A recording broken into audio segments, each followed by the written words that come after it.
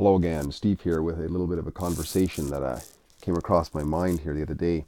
I'm going to call it that. I'm going to call it like slaves build pyramids and free men build cathedrals. And this is, as far as I understand it anyways, quite accurate. We see the pyramids, right? They're very simple. They're revered now as monuments of pretty amazing monuments for the time that they were built. But they're very simple and they're very I think the term is brutalist. I watched a commentary about brutalism, or the brutalist sort of way of building things or architecture. It's a guy named Paul Watson, or Paul Joseph Watson. He did a video about his thoughts on how architecture is very square and straight edges and so on. And he used the term brutalist. And I think there's something to be said for that, because if you compare, if you look at most cities now, older cities, you see the older downtowns where they have the cathedrals and the old hotels and all that, the ornate work. You see it in Europe and you see it in some of the older American cities as well. This beauty that was in the architecture at one time, whereas now everything is square and it was, for a while in the 70s, it was just these concrete blocks with little balconies all the way up, and they wanted to upscale it a little bit, so all they did is just put glass on them, but they're still just straight pieces of chunks of concrete and steel, basically. And you see that nobody really mourns the death of those things. I mean, when their utility is up, they're just blasted and drop down into a pit of rock, and then they just build another one up, right?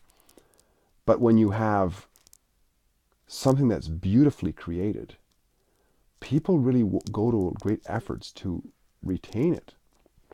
I mean, here where I spend a lot of time in Saskatoon, you look at the downtown core, it's all these ugly, extremely ugly concrete blocks. In fact, they're building this new so-called modern art center, and it's disgusting. It looks like Lego pieces stacked haphazardly on top of one another. It's, what the hell? Who designed that? Meanwhile, you look at the old Besborough Hotel, which is one of the railway hotels, which was built over 100 years ago, and it looks like a castle. It's beautiful. It has, these rain spouts and these nice towers and these spires and whatnot going up, and gargoyles hanging off them here and stuff in places. And it's all carved out of rock. It's beautiful, and it makes sense in a way that if you look at the way that the society has gone in this corporate world, it's designing something straight for utility, and there's the loss of the sort of the self-respect for art in a way. And I can't help but think that when the great cathedrals were built way back when, they had what they called these guilds, if I understand it correctly. And some of them were called, one of them was, I believe, was called the Freemasonic Guild. And these were supposedly free men, because at the time people were sort of in a serf relationship with their overlords, right? So if they didn't have a lot of skills, they were kind of contained in this one area. But people who were highly skilled, they got to move around because they had to. I mean, the king next door, hey, you guys built a nice cathedral over there, we'll hire you to do this one. So these guys would go over there and build these amazing monuments to human ingenuity. I don't know if anybody can really build stuff like that these days. It's really amazing.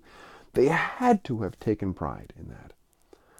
And they must have got paid fairly decently to be able to do that.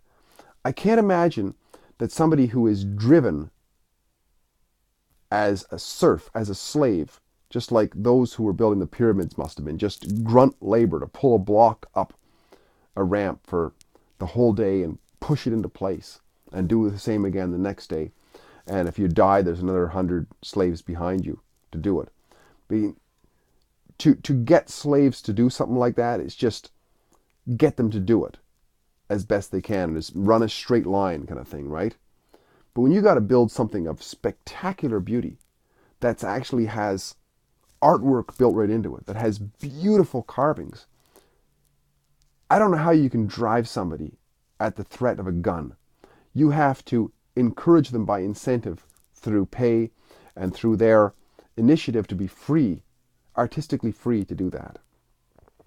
So to me, that's another benefit of freedom, actually, is the beauty that comes from it.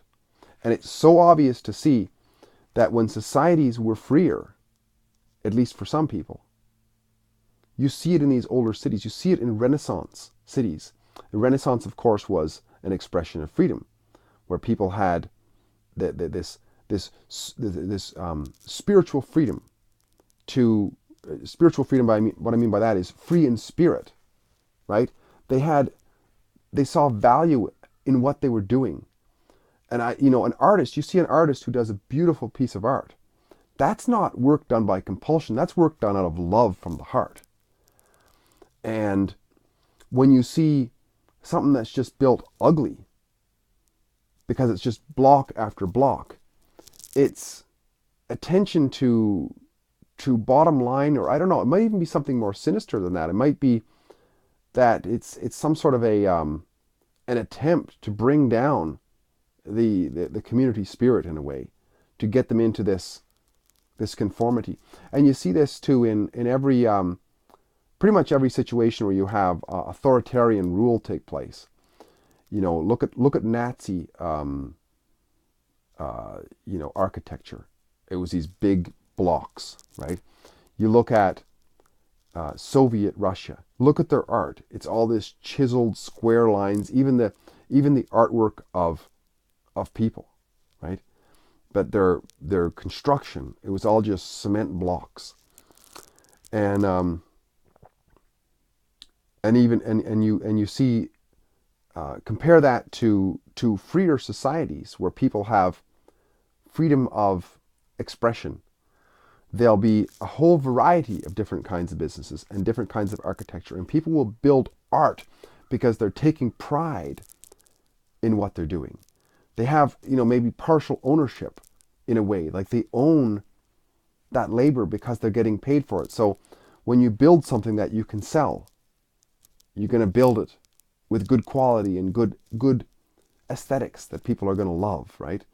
But if you're just building it because you're compelled to work and you're driven by a whip or something like that, you're just gonna get done what needs to get done. And not only is it ugly, but it's of poor quality probably. And you see that in communist countries and how things collapse and so on.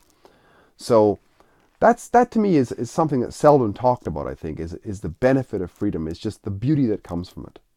Because when the human spirit, if in a way, like the life force of a human being is unleashed, then one of the loves is of beauty.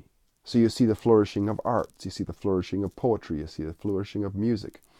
And all of that is a reflection of how people are in the moment, right?